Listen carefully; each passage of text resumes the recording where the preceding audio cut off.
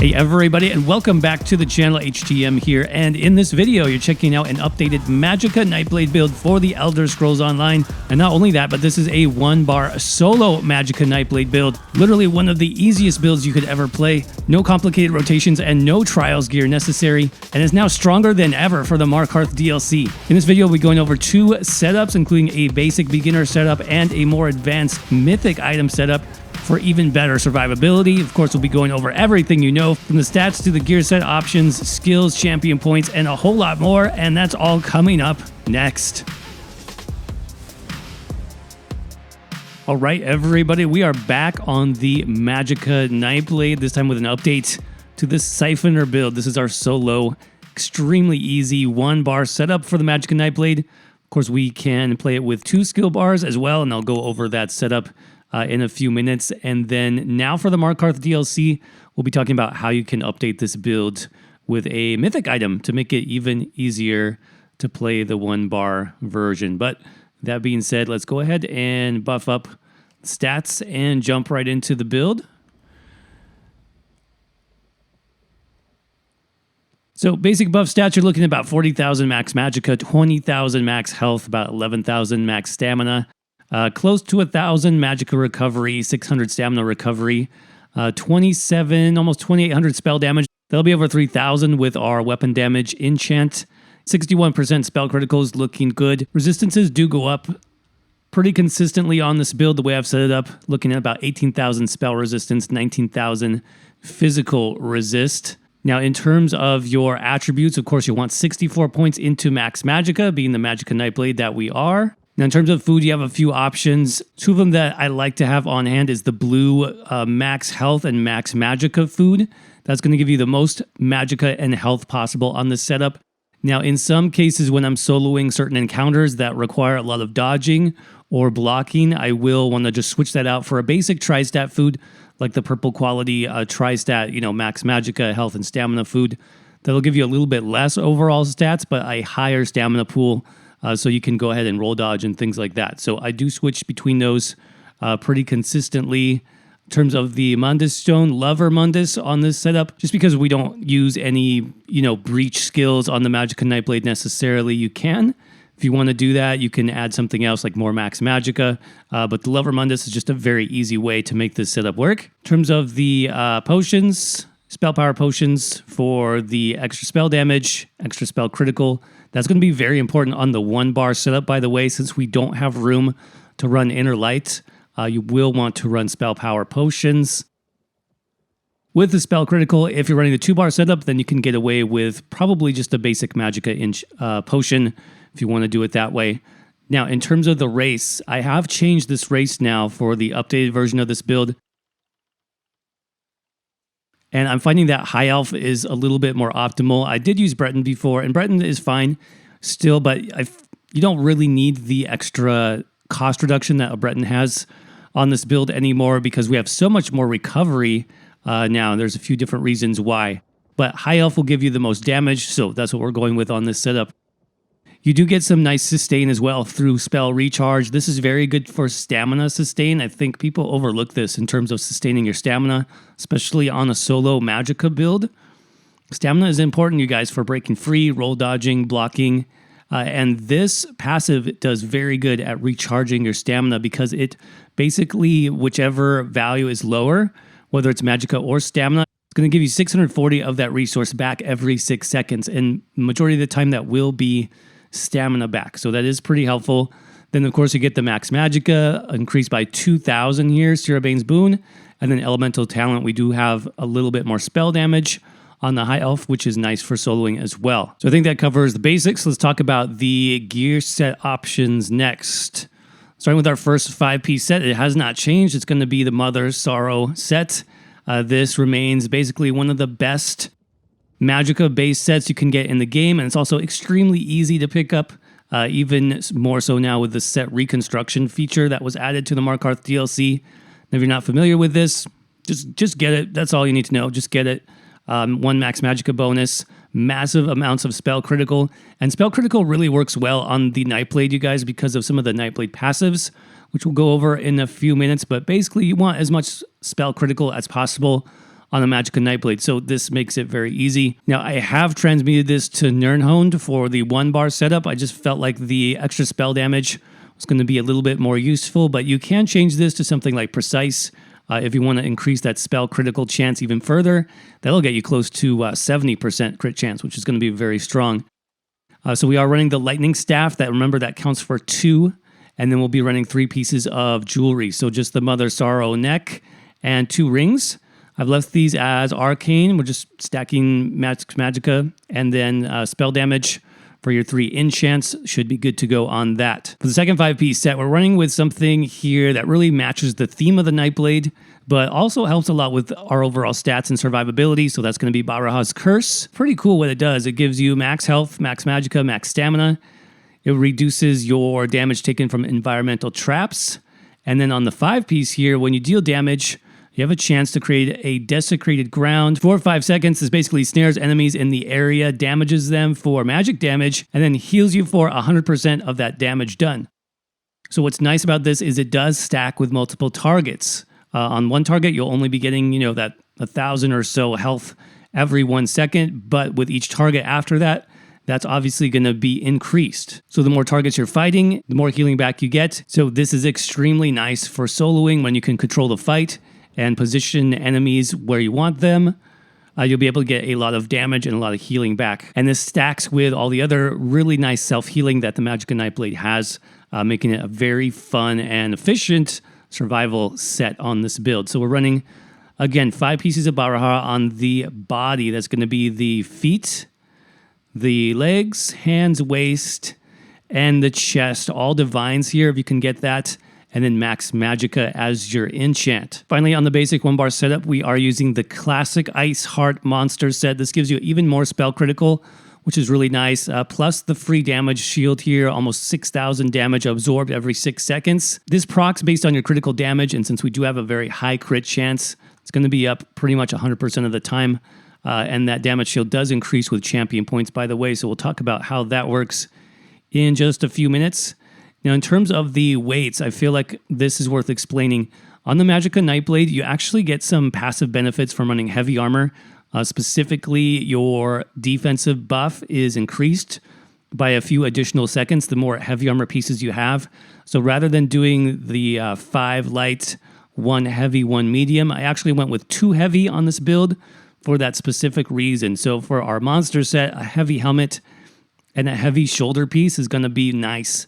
In terms of increasing that defensive buff, keeping it up as much as possible, I would recommend that. Of course, if you don't have 2 heavy pieces, it's fine. Just that buff will be slightly shorter on your build. Again, Divines as our trait, max Magicka on everything, and that's the basic setup. Now, since this is a 1-bar easy build, let's talk about the 1-bar skills, and then we'll go back to talk about the 2-bar setup. So, on the 1-bar build, we got Lotus Fan first from the Assassination skill line. That's our second ability here, and this just does a lot for 1 skill. You have the mobility, right? This basically teleports you to the target. It does upfront magic damage, damage over time, and then minor vulnerability, making your target take 5% increased damage. This is a really great skill for clearing through dungeons, through trash mobs, because it increases your mobility so much, and it does AoE damage, as well as that minor vulnerability. So I do like this on the 1-bar setup. Next up, we are using Unstable Wall. This is going to be from the Destruction Staff skill line, that being the second ability here. The Unstable Wall morph just lines up a little bit better with our Nightblade abilities, which tend to last 10 seconds as well. So the fact that Unstable Wall lasts 10 seconds means it lines up really nicely in a rotation. It also does a bit more damage, because it does that little extra explosion at the end. Then next up, we've got Twisting Path. That's another AoE damage over time. Here in the Shadow skill line, that's the third ability here. And what's nice about this too is it does increase your movement speed, Major Expedition, helping you move around a little bit faster. The mobility on this setup is really nice for sure. And then you've got that AoE damage over time, plus our Shadow passives, which we'll talk about in a minute. Basically, I'm using this in place of Summon Shade, which I used to run on this build. Summon Shade did get a nerf in terms of the minor maim debuff. That only debuffs enemies by 5% now.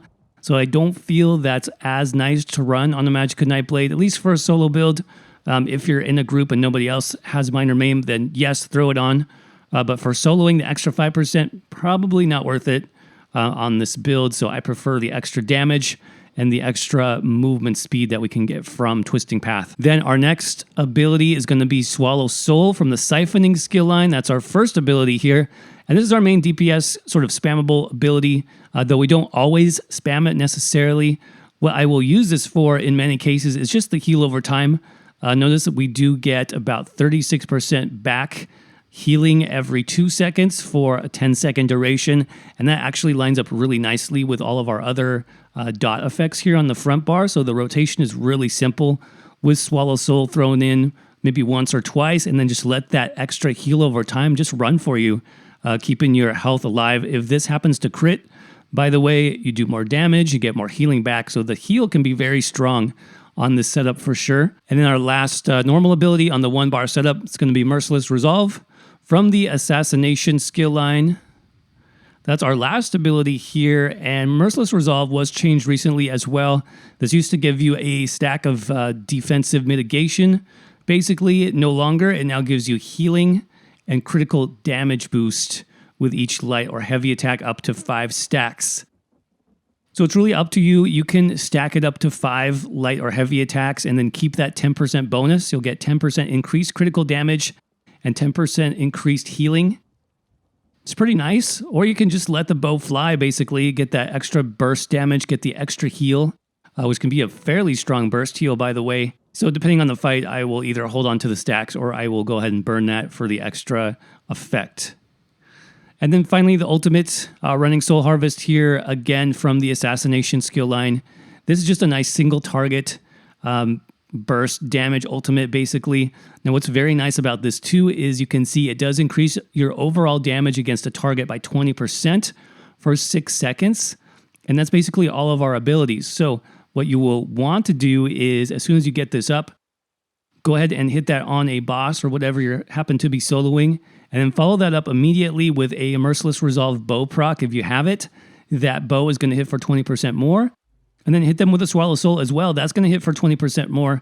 Remember, that means your heal over time from this skill is also increased by 20%. So you want to get as many of these offensive skills in that window as you can. It's a fairly short window, 6 seconds. And of course, we also get the Major Defile, really not useful in PvE encounters. But the extra ultimate is certainly very nice. 10 ultimate on each kill can stack up very quickly. So you have a pretty high uptime on this skill for sure. So that is the basic 1-bar setup. Let's do a quick rotation, why not, on a boss, just to see how this works and how simple it is. So in terms of buffs, really not much you need to worry about.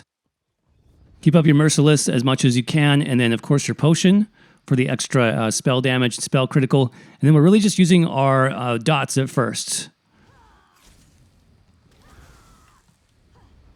And then 1 Swallow Soul, 2 Swallow Souls. You can throw in a heavy attack if you want, and then just repeat. All 3 of your front bar dots, a couple of Swallow Souls. Remember the light attack in between each ability, so you get that bow to go off just like that. When your ultimate is up again, make sure you hit that. I like to do a Swallow Soul right after that to make sure my healing from that ability is as much as possible.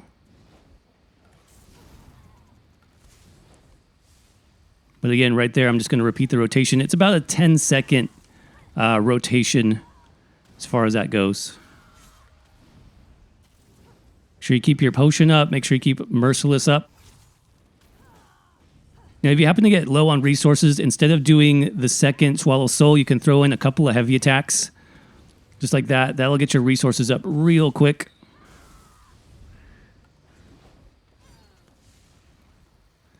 If you can, make sure the boss stays in that rune. Remember, that's going to give you that extra healing that you want.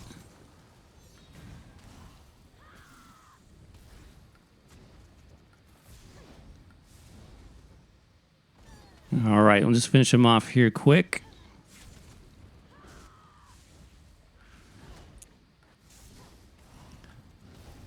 All righty. So that is the 1-bar rotation. Let's talk about 2 bars next. All right, so in terms of adding a second skill bar, you obviously will need something as a back bar weapon. I prefer a Maelstrom Staff if you can get one, a lightning staff specifically.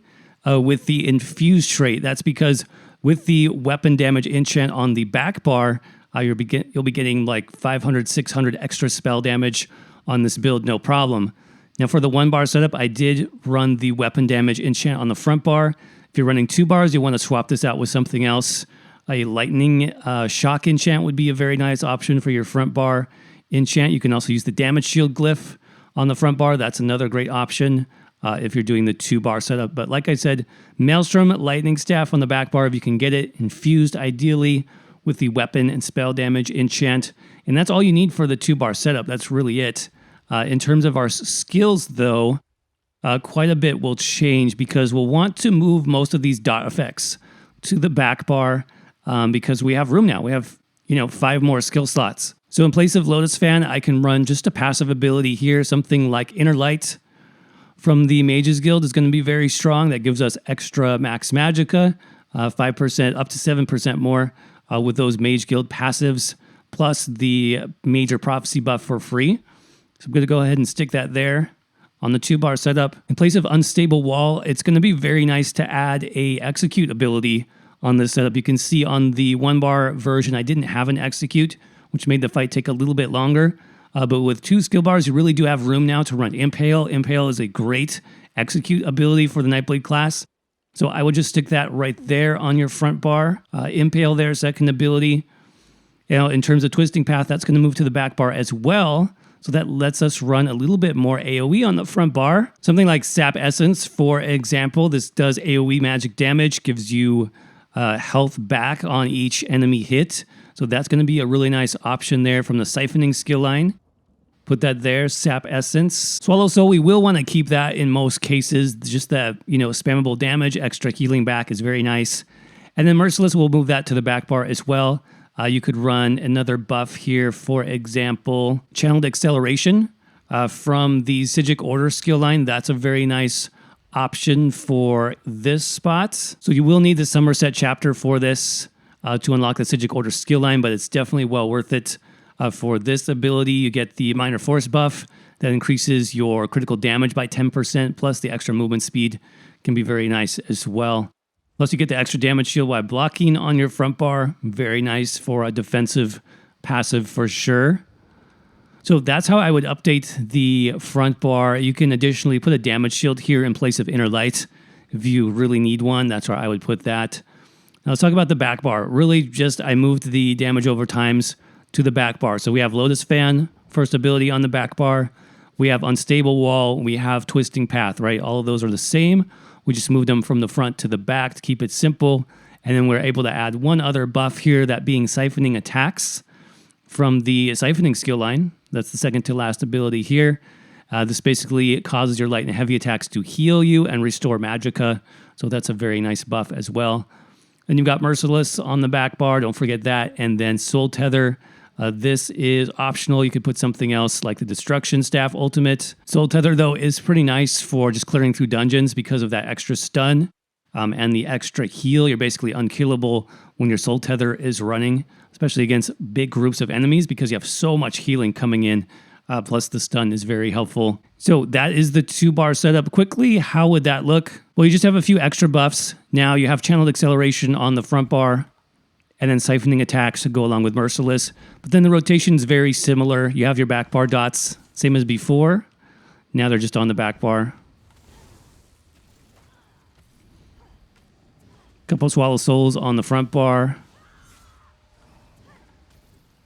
Rinse and repeat, that's really it.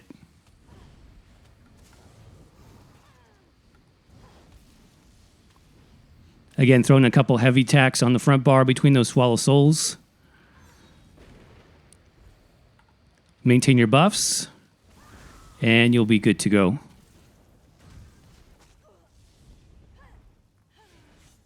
All right, finally, let's talk about the mythic setup you can do on the Magicka Nightblade. Now, what's really nice about the Markarth DLC is the new mythic item, the Ring of the Pale Order. This basically makes it very easy to solo on most classes where it may have been a little bit more challenging before. Because of that extra health. Up to 2,750 health back per attack. That's not per second, that's per attack. So obviously the more damage you do, the more damage over times you have running, each of those ticks of damage will proc the extra healing from the Ring of the Pale Order, which is really, really nice, I have to say. Now, if you are going to do that, I would probably drop the Bahara's Curse set for something with more damage, because you don't need the extra heal from Bahara's Curse. You're going to get a lot of healing back from the Pale Order Ring. So what I would do in that case is, obviously we lose a Mother Sorrow one piece here for the ring, so you're going to need to put one back on your build somewhere. Just something like a Mother Sorrow belt, for example. That makes sure I still have the 5 pieces of Mother Sorrow. And then you'll have 4 pieces left on your body for any type of offensive set that you want. A nice option I like is Crafty Alfiq. Crafty Alfiq gives you just tons and tons of Max Magicka, which is going to stack with our Max Magicka and the passives of the Nightblade even more. So you can see we'll get 3 extra Max Magicka bonuses just by running those pieces of Crafty Alfiq on the body. That's a very easy way to set this up with the Mythic, keep your monster set and everything intact. Again, that extra set, if you're running the Mythic build, totally up to you. But again, I would focus on something that's purely damage-oriented, something that's either going to give you spell damage or Max Magicka, because you'll have plenty of healing now using the Pale Order Ring. So those are the gear set options. Those are the skills. Let's talk about passives next, just so you understand what the most important passives are for soloing on the Magicka Nightblade. Master Assassin. This gives you extra spell penetration while flanking an enemy. Really not required on this build, though it is helpful. In some cases, if you're turning around an enemy, you will get a little bit extra damage on bosses and such, which have higher armor ratings typically. The Executioner passive, though, is one of the best now in the game. This got buffed, I believe, in the Markarth DLC as well. You now get 1,000 Magicka and Stamina anytime an enemy dies. This is regardless of whether you've killed them with an assassination ability or not. That did change as well. So make sure you put 2 points here. This is really powerful. Pressure points also, this does give you extra crits, which is nice. And then Hemorrhage. This increases our critical damage by 10% as long as we have an assassination ability slotted, which we do on both the front and the back bar on the 2-bar setup. So really good ability there. In terms of our shadow passives, Refreshing Shadows is very nice, you guys. 15% bonus health, stamina, and Magicka recovery is great. Shadow Barrier, we did talk about this in terms of our defensive Major Resolve buff. This is the only way to get Major Resolve as far as your class skills go on the Nightblade class. So using those shadow abilities with the 2 pieces of heavy armor gives me a 9-second duration on that buff. So you can kind of see this here. The armor buff is right there. And that lines up pretty well with our overall dot rotation. You saw it was about 10 seconds. So we might have like 1 second of downtime on that armor buff, but that's pretty good still on a light armor setup, in my opinion. Then Dark Vigor will get a little bit of extra max health where we have those shadow abilities, and Dark Veil, you do want 2 points here to increase the duration of your shadow skills. Siphoning, some very good passives here as well. Awesome passives, in fact. Catalyst. Anytime we drink a potion, you gain 20 ultimate. Make sure you save your potion for after you cast your ultimate. After that Soul Harvest on the front bar, if you have a potion, pop that and you're already like a third of the way back to another Soul Harvest. So that's a great one. Magicka Flood, of course, you get 8% Max Magicka. We can really stack Magicka pretty high on the Nightblade because of this passive. Just make sure you have a Siphoning ability at least on the front and the back skill bar. Siphoner, we get the extra healing done. That's pretty nice too. And then Transfer, even more ultimate when using those siphoning abilities. So get all of those passives for sure. Destruction Staff passives, yes, definitely get all of these. Light armor passives, all of these as well. Mages Guild, now if you are exclusively running the 1-bar setup, we won't have room for any Mages Guild abilities. Unless you want to run the ultimate or something like that, you could. So I would probably just recommend saving some skill points here. Unless you for sure want to use 2 skill bars and use Inner Light, then yes, you can get some extra stats from the Magicka controller passive. That's probably the best one. That gives you 2% extra Max Magicka and Magicka recovery for each Mage Guild ability slotted. Psijic Order, if you are running this on the front bar with Channeled Acceleration, the most important passive is called Concentrated Barrier. That's where I showed you the damage shield earlier. That does give us a almost 6,000 damage shield on this build while blocking, which is very helpful. Definitely put 2 points there. Undaunted, yes, if you have this max to rank 10, make sure you put your Undaunted points in there. Assault and Support, not necessary. Racial Skills, yes, get those. And then Alchemy Medicinal Use for the extra potion duration. Put 3 points there. Now, let's jump into champion points. Remember, this is a solo setup. Starting in the green tree, 37 into Warlord, 27 into Sprinter, 32 into Tenacity, 43 Arcanist, 43 Mooncalf. Then 44 into Shadow Ward, 44 into Tumbling. In terms of the blue tree, we've got 51 Elfborn, 64 Elemental Expert, 19 into Staff Expert, 61 Master at Arms, and 75 into Thaumaturge. That's for the Exploiter passive here, letting us do 10% more damage against off-balance targets. In the red tree, finally, 81 into Ironclad, 43 into Hardying Elemental Defender, 31 Thick-Skinned, 28 Light Armor Focus, and 44 into Bastion. Bastion, of course, is important for those damage shields. You can actually put a few more points in here. For example, you could take some out of Light Armor and put them right into Bastion here. But that's what I have for now in terms of the champion points. And finally, let's talk about the outfit style. I wanted to go with sort of the assassin theme of this build. So most of the body pieces, including the legs, feet, hands, waist, those are all going to be Assassin's League that comes from the Gold Coast. And then the chest obviously is a little bit different. That's going to be the Fanged Worm style from Battlegrounds.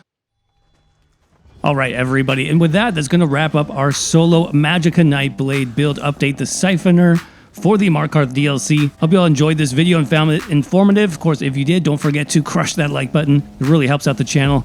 If you're new here, make sure you're subscribed for more easy ESO builds and guides just like this one. And make sure to turn those notifications on so you don't miss anything. If you'd like to support the channel further, there'll be links to my social media down below, as well as my website, hacktheminotaur.com. By the way, the website will have an updated written version of this build as soon as the video goes live. So if you have any questions about either the basic setup or the mythic setup, skill options, gear options, head over there for all the details. As always, thank you all so much for watching. I hope you're doing well. Stay safe out there, and I will see you around in the next video.